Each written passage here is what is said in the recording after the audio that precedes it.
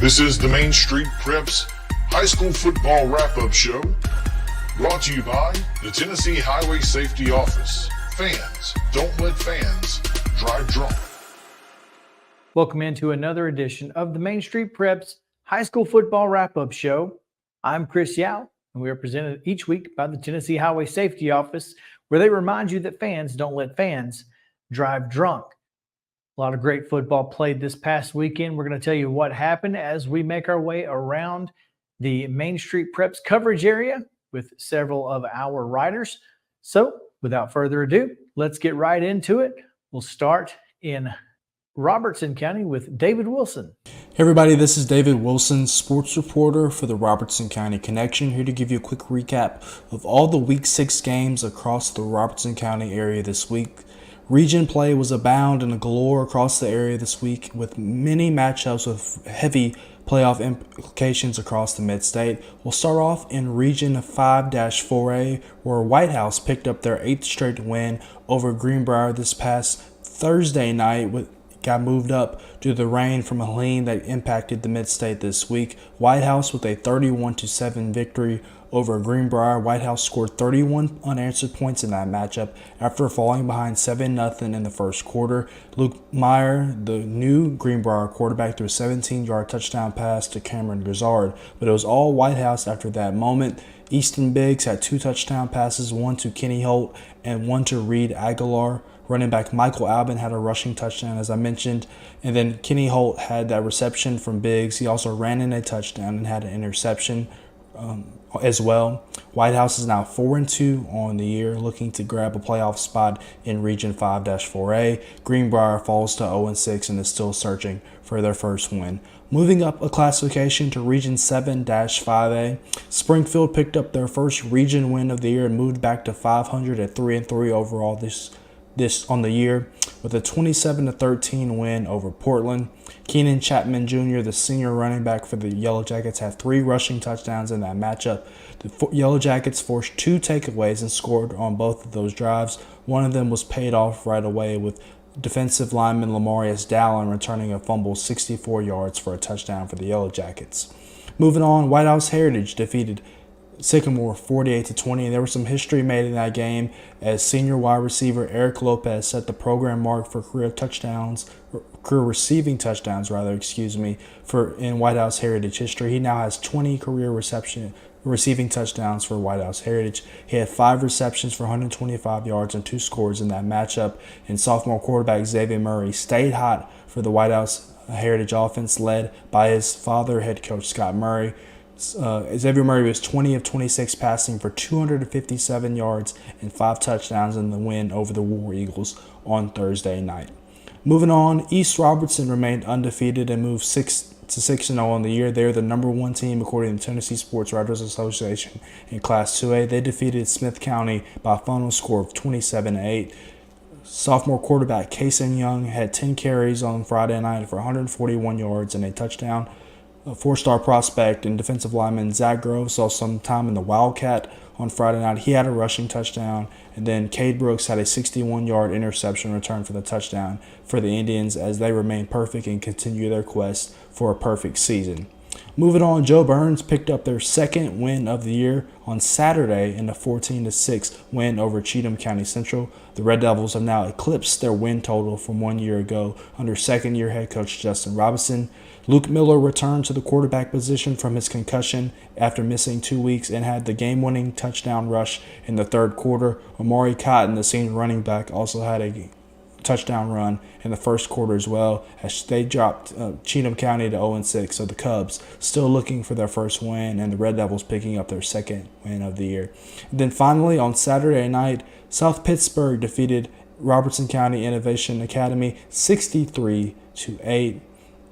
The lone touchdown for the Sentinels came on the Ali Sanganez touchdown pass. So the Sentinels will head into their matchup against Brentwood Academy, still looking for their first win in program history and their first win of the year. They fall to 0-6 with the loss to the Pirates down in Southeast Tennessee. That'll do it on this week's edition of The Recap. Looking forward to talking to you guys next week. David, as always, thanks so much. Blaine Kellar has your Sumner County report.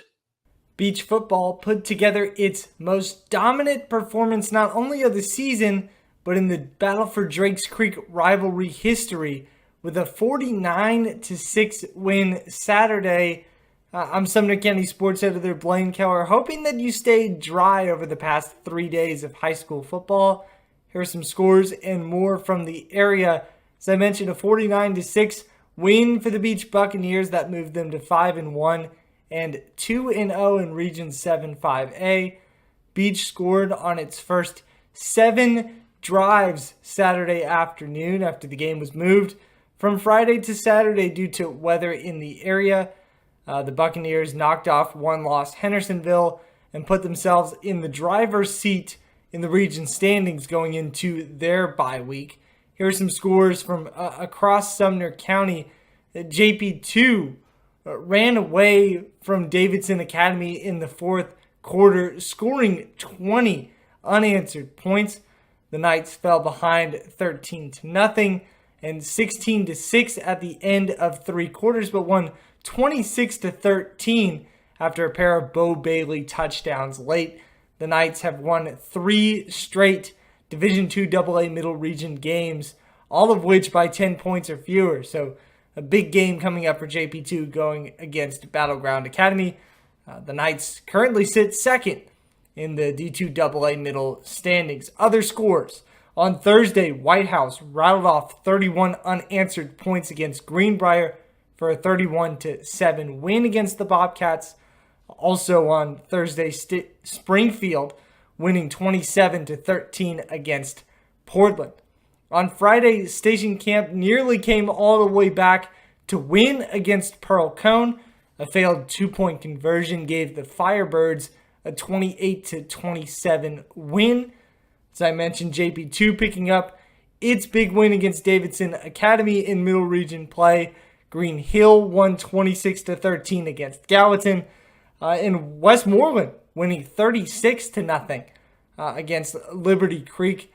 Again, the Eagles just rolling right now, 5-1 now on the season. That's their best start since 2018, with a big game coming up against East Robertson. Let's look at all the games that happened within Sumner County this week. Kick it back to you guys on Main Street Media Television. Blaine, thanks so much. All right, we move right along, and we're going to go over to Calvin White, who is in Montgomery and Houston County. Hello everyone, this is Calvin White, sports editor with Main Street Clarksville, here to give you a quick recap of all the Week 6 action in high school football across Montgomery County. Somewhat of an abbreviated week with Kenwood on bye and the Clarksville Academy game getting canceled. So only 5 games in action in Week 6. We'll start with Clarksville at Dickson County. Clarksville down the Cougars 42-7. Maintains their perfect record and first place in Region 6 7A. Kirkwood pulls out a 12-3 win over previously undefeated Rossview. Kirkwood avenges their Week 5 loss to Dickson County, where they turned the ball over 6 times. Running back Josiah Claybrooks runs for 165 yards and only holds the Hawks to 3 points. Rossview kicked a field goal in their opening drive of the game and did not score again. West Creek and Northwest,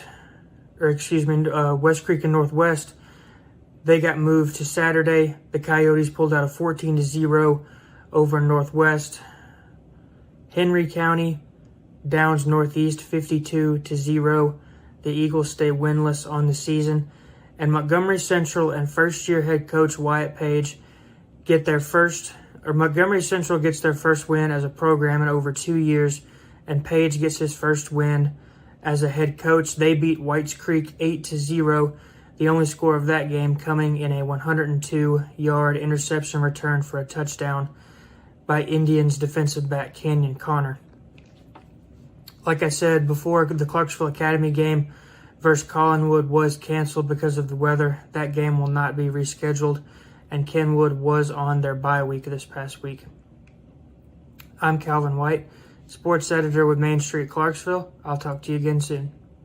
All right, it's time for our first break of the day. We appreciate you guys hanging out with us here on the Main Street Preps High School Football Wrap-Up Show. We'll be right back in just a moment. He shoots, and he scores!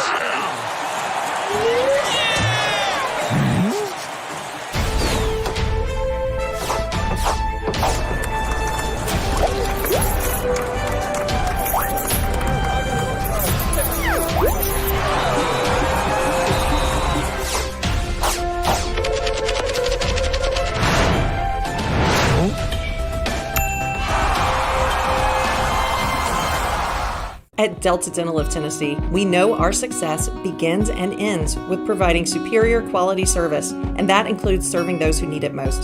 This year, we're celebrating 25 years of giving back to the community we call home. Delta Dental, along with our Smile 180 Foundation, supports Tennessee's dental colleges and oral health education, children's hospitals, free and reduced cost dental clinics, and other like-minded charities. Here's to the next 25 plus years of ensuring healthy smiles. Welcome back into the Main Street Preps High School Football Wrap-Up Show presented by the Tennessee Highway Safety Office. Once again, I'm Chris Yao, and I'm just going to take you around the Main Street Preps coverage area to each of our writers, find out what happened over the weekend in high school football.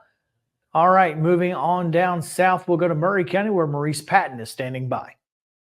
Maurice Patton, sports editor at Main Street Murray. With this weekend's wet weather, Week 6 was a two-night affair, starting on Thursday night as Columbia Academy went on the road, picked up a 37-7 win at Ezel Harding. Monte Baldwin went for 167 rushing yards and 4 touchdowns on 19 carries, and Wyatt Ayers added a 75-yard kickoff return on the opening kickoff of the second half to get the scoring done for the Bulldogs, who are now 4-2. Meanwhile, Spring Hill went down to Lawrence County in a Region 5-5A matchup. The Raiders coming off of a overtime homecoming win, but could not build on that momentum as they fell 26-7 to Lawrence County. The Raiders dropping to 1-5 overall, 0-2 in Region 5-5A play with that loss. Only score for the Raiders, a 29-yard screen pass from Cordell Isaac to Kason White early in the third quarter there, but could not quite make up the stagger. Again, Lawrence County 26, Spring Hill 7 in Region 5-5A action on Thursday night. Finally, on Thursday, Summit also on the road went to Franklin, scored a touchdown for the first time in 4 games, but that was about it for the Spartans as they fell 38-7 to the Admirals.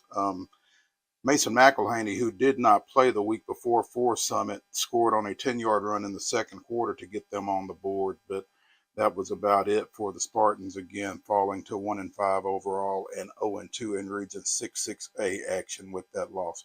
On Friday, the highlight game of the weekend, Mount Pleasant, undefeated, the Tigers were going into their Region 5-2A contest against Lewis County. Visiting Lewis County comes in, scores on their first possession. Mount Pleasant doesn't get on the board until late in the second quarter on a J.P. Easterling 24-yard run, but they can't get the conversion, and that's the difference in an 8-7 Lewis County victory, the second win for the Panthers over Mount Pleasant in as many years. Mount Pleasant falls to 5-1 overall, 3-1 in Region 5-2A play with that loss. Mount Pleasant had 3 fourth-quarter drives with a chance to go ahead and came up empty on each of those. So, again, final score there, Lewis County 8, Mount Pleasant 6. In Region 5-5A action, Tullahoma and Columbia Central played their game at Battle Creek. It was originally scheduled for Lindsey Nelson Stadium, but again, the wet weather forced them to move that one to an artificial surface up at Battle Creek. Did not matter for the Wildcats. They scored twice early. Marvancy Johnson rushes for 205 yards and a touchdown, and the Wildcats come in and pick up a 13-0 victory over the Lions, who finished with just 97 offensive yards, 62 of those on the ground. Columbia Central falling to 3-3 overall, 1-2 in Region 5-5A action. Finally, Independence goes on the road up at Ravenwood, trails 9-0 at halftime, which sounds pretty solid, but one of those was a safety on a punt snap that went through the end zone. The other was a scoop and score by the host Raptors. They got their offense going in the second half to the tune of a 37-0 win over Independence. The Eagles still winless at 0-6 overall, 0-2 now in Region 6-6A action. They finished with just 68 offensive yards, all of those on the ground. So tough night for the Eagles. Tough night for Maury County, basically, as Columbia Academy was your only winner in Week 6. Again, I'm Maurice Patton, sports editor at Main Street Murray. We'll be back with you later this week. All right, now we go to Wade Neely, who has both your Giles and Lawrence County reports. Hey folks, Wade Neely here, sports editor at the Pulaski Citizen and contributor over at the Lawrence County Advocate. Time for a recap from a rainy Week 6. We had teams that played Thursday, teams on Friday and Saturday. And any night you played, you ran into weather conditions And so we'll reflect that in our scores. To the games we go. It was Lawrence County kicking us off with a 26-7 win. Again, that game was played on Thursday, and Lawrence County got the party started early as Carter Pettigrew rumbles in just 2 minutes into the contest from 26 yards out. That put Lawrence County up 6-0 after one. They missed the PAT. They tacked on 2 more scores, both on the ground, though, in the second quarter. It was Ian Clayton on the first and then Logan Clayton on the second. And Lawrence County leads that game 19-0 at that point at halftime. Go into the third quarter now. Spring Hill does get a touchdown. It would be their only points of the night. And kind of maybe thinking they're going to get back into it, but the Raiders were denied as Lawrence County not only stopped them the rest of the game, but they also added another score. It was Demetrius Silva hauling in the rain, hauling in a 17-yard touchdown pass from Logan Clayton. Good win for the Wildcats. First win since week 2, and it's their first region win of the season. Moving ahead to Friday now, Loretto all over Hickman County. 44-6 was your final. They put up 61 last week, and the Mustangs had 40-plus in that home blowout versus Hickman County. Corbin Reynolds really got things underway with a bang, 84 yards on the opening kickoff, and that set the tone for the Mustangs, who really were in control from start to finish truly in this one. Nicholas McDowell had a rushing score, and the Mustangs were up 14-0 after the very first quarter. Blew the game open in the second, and they eventually led 30-6 at halftime. Jackson Robertson, he took over in the second half, however. Short rushing score in the third, and a 47-yarder early in the fourth as the Mustangs cruised at home versus Hickman County. They're now 3-1 in region play. Final team, this game was the one that I mentioned was played on Saturday. And man, tough luck for Summertown after they were defeated for the first time all year in overtime last week to Mount Pleasant. They fall at home to Harpeth. 14-3 was your final score. And this one was another disappointing, heartbreaking, if you will, effort as Summertown falls. The visitors, the Harpeth Indians, they score on the very first drive. Had a 3-and-out. Things are looking good for Summertown, but they roughed the punter. And the penalty keeps the drive alive. And then Carson Mock, to make matters worse, Summertown forces a fumble, but Mock's fumble ends up in the end zone, and teammate Hudson Ely falls on it as Harpeth goes ahead in that contest. Summertown, however, could only muster, again, conditions were sloppy, and the offense was just as equally sloppy for Summertown. Bradley Hoffman did get a 31-yard field goal, and that proved to be the only points that came for the Eagles all night, and those came midway through the second quarter. Harpeth had a couple big plays, but they had a big play that really broke the back and broke this game wide open when Luke Summers took a pick six all the way to the house, took an interception all the way to the house off Jaden Stahl, the quarterback there for Summertown. Summertown, tough luck. They were 4-0 to start the year. They were 2-0 in region play to start the year. They're now 4-2 and 2-2 in region action.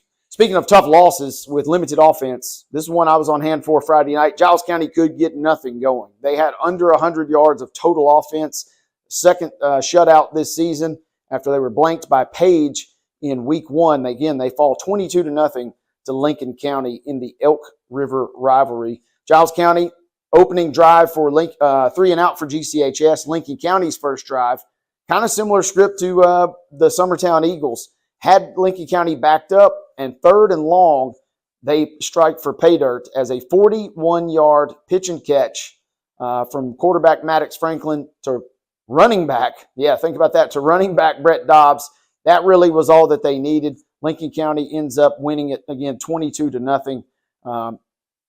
Too many penalties, had a turnover mixed in, and then just not enough offense for Giles County. Completed just 2 passes on the night. Sophomore quarterback Xavier Randolph tried his best, but the wind was absolutely whipping and wreaked havoc on the Bobcat offense when they tried to go through the air. So tough loss for Giles County. After they had rattled off 2 in a row, they fall back now to 2-3. They open region play this week as they host Watertown for homecoming at the Brickyard. Finally, we close. Richland was a 26-6 winner on homecoming night. Yes, they had a homecoming, but don't worry, they moved it indoors. Everybody was nice and safe and dry, and the Raiders were nice and safe as well. Again, a 20-point victory for Coach Nick Patterson's bunch. Luke Eastlick on the opening drive, 23 yards to pay dirt as Richland goes ahead in that one.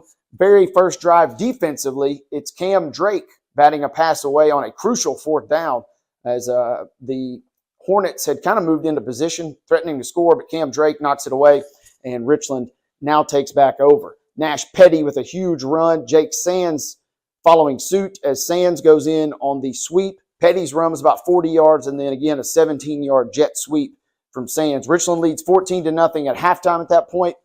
Second half saw Huntland get back in striking distance. It was 14-6, and then Richland kind of got the turnover bug.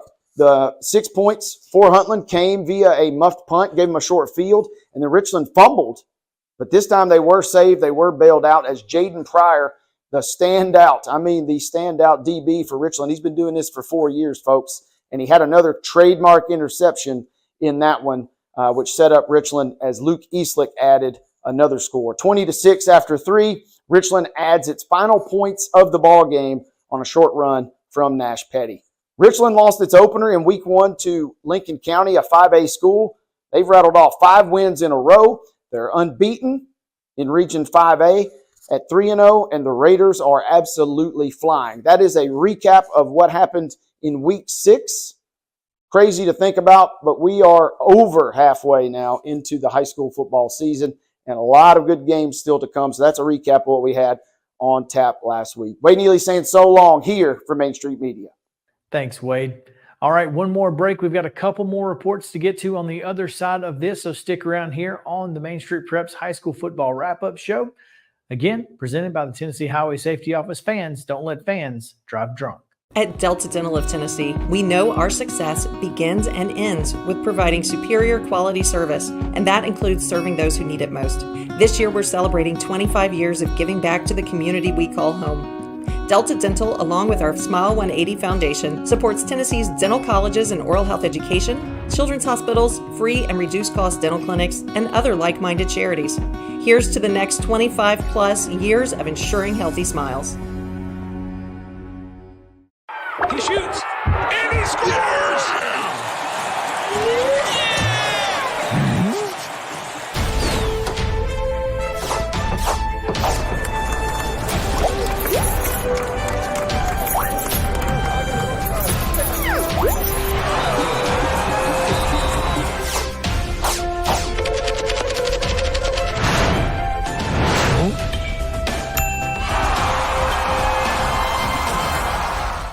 And we're back here for our final segment on the show. Thanks again for hanging out with us here on the Main Street Preps High School Football Wrap-Up Show.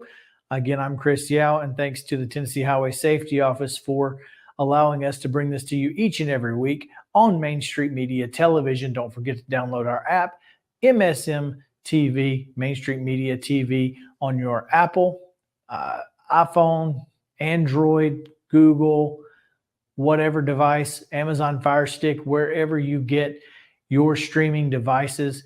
You can download the Main Street Media TV app just by simply searching Main Street Media TV and looking for that MSM TV logo. All right, let's go now to Tommy Bryan, who has your Wilson County report. Hello, everybody. This is Tommy Bryan, sports editor of the Wilson Post in Lebanon. And here's a look at the high school football action involving Wilson County's 7 teams from Saturday, September the 27th. Lebanon ended a 2-year home-and-home series with Watertown on Friday, defeating the Purple Tigers by a score of 27-7 at Robinson Stadium. The Blue Devils ran for 284 yards on a rainy, windy night and averaged 7 yards per carry. Deuce Edwards accounted for 189 yards on the ground and scored touchdowns on runs of 5, 2, and 51 yards. He also had a 46-yard touchdown gallop called back on a penalty. Quarterback Blake Waldorf completed 11 of 23 for 112 yards and a 25-yard touchdown pass to Ethan Owen to lead the Purple Tigers. With the win, Lebanon improved to 2-4, while Watertown slid to 1-5.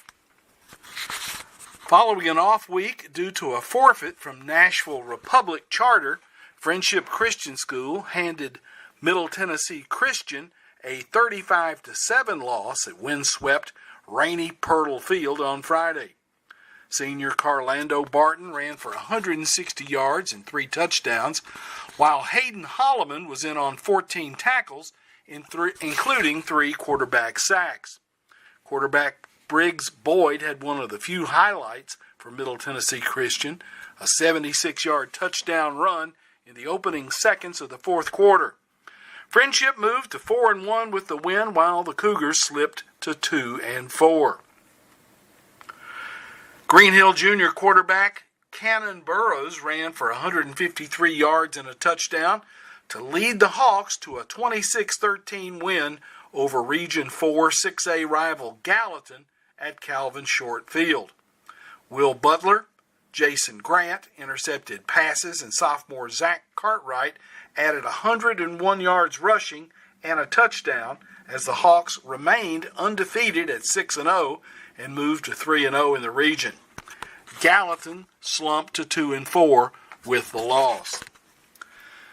Mount Juliet had their hands full with a feisty Wilson Central squad as the Golden Bears remained undefeated with a 21-6 victory Friday at Roger Perry Field. Tyler Travers hooked up twice with Baylor Osborne on short touchdown passes, and John Michael Crudup ran 24 times for 134 yards to lead Mount Juliet. Wilson Central managed only 31 offensive snaps and was led by Chaz Martin with 51 yards on 22 attempts. The Wildcats did not attempt a pass until their final possession of the game. With the loss, Wilson Central slid to 2-4 overall and 0-2 in the region.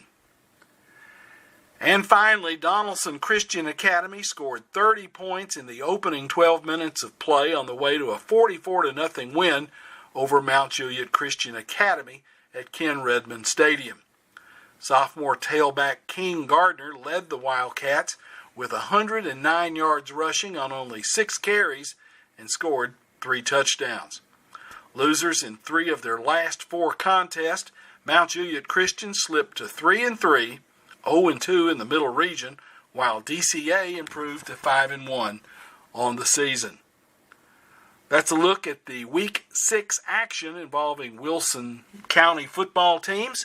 For Main Street Preps, I'm Tommy Bryan, and I will talk to you later. Thanks, Tommy. Finally, Monte Hale is in Murfreesboro. Hello, I'm Monte Hale, sports editor of the Murfreesboro Post. We're 6 weeks through the regular season of high school football. Some things starting to take shape. Oakland's taking very good shape. They were 60-0 winners over Rockville.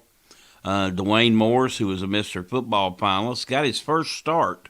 He's been out with a high ankle sprain. He had 127 yards in total offense and 3 touchdowns. Senior quarterback Kyler Creasy threw for 191 and 3 touchdowns. So, all in all, a good start to the game for Oakland. They got up big, put them away, got to play a lot of young players, and for Blackman, since winning week 2, it's been a struggle. Riverdale 21, Coffee County nothing. Will Kreisky, the head coach at Riverdale, did not like the way his team played, thought that they were much less physical than Coffee County, and I think his exact words, we don't put up with around here at Riverdale. But Caden Bailey had 82 yards receiving and a touchdown, and Khalil Armand kicked the field goals from 25 and 42 yards, and as you can imagine, on Friday night, a 42-yard field goal was pretty good. It was very nasty weather. Stewart's Creek, a huge win, 27-6 at Antioch, putting them in first place in the region. Caleb Floyd, 3 touchdowns, rushed for over 140 yards.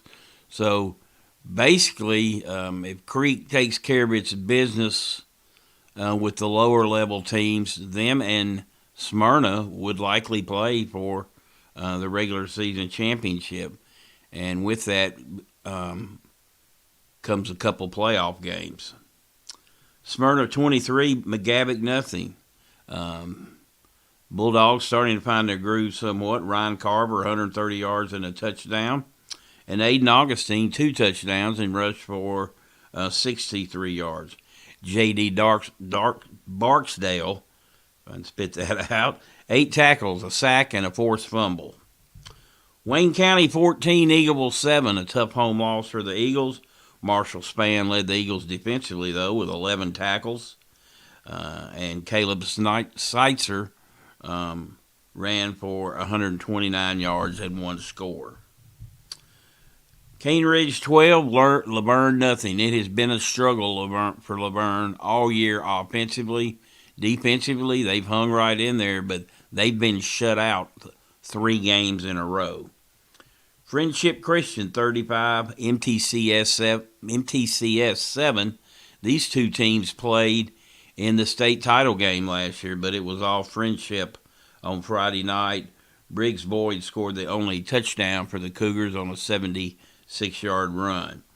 PCA 17, the Kings Academy 14, region opener for both teams, and they did it with special teams. Aiden Bolden had a 62-yard punt return for a touchdown. And Cooper McFarland, speaking of tough conditions and tough field goals, a career-high 47-yarder. And, of course, you look at the scores, 17-14, proved to be the difference maker. All right, again, I'm Monte Hale, sports editor of the Murfreesboro Post. That's going to do it for this edition of the Main Street Preps High School Football Wrap-Up Show. Thanks again to our title sponsor, the Tennessee Highway Safety Office. Remember, fans, don't let fans drive drunk. Make sure to download your version of the MSM TV app onto your mobile device or, of course, onto your smart television at home. And don't forget to listen to the High School Football Game of the Week each and every week right here on Main Street Media TV. Until next time, I'm Chris Yao saying have a great day. This is the Main Street Preps High School Football Wrap-Up Show, brought to you by the Tennessee Highway Safety Office. Fans, don't let fans drive drunk.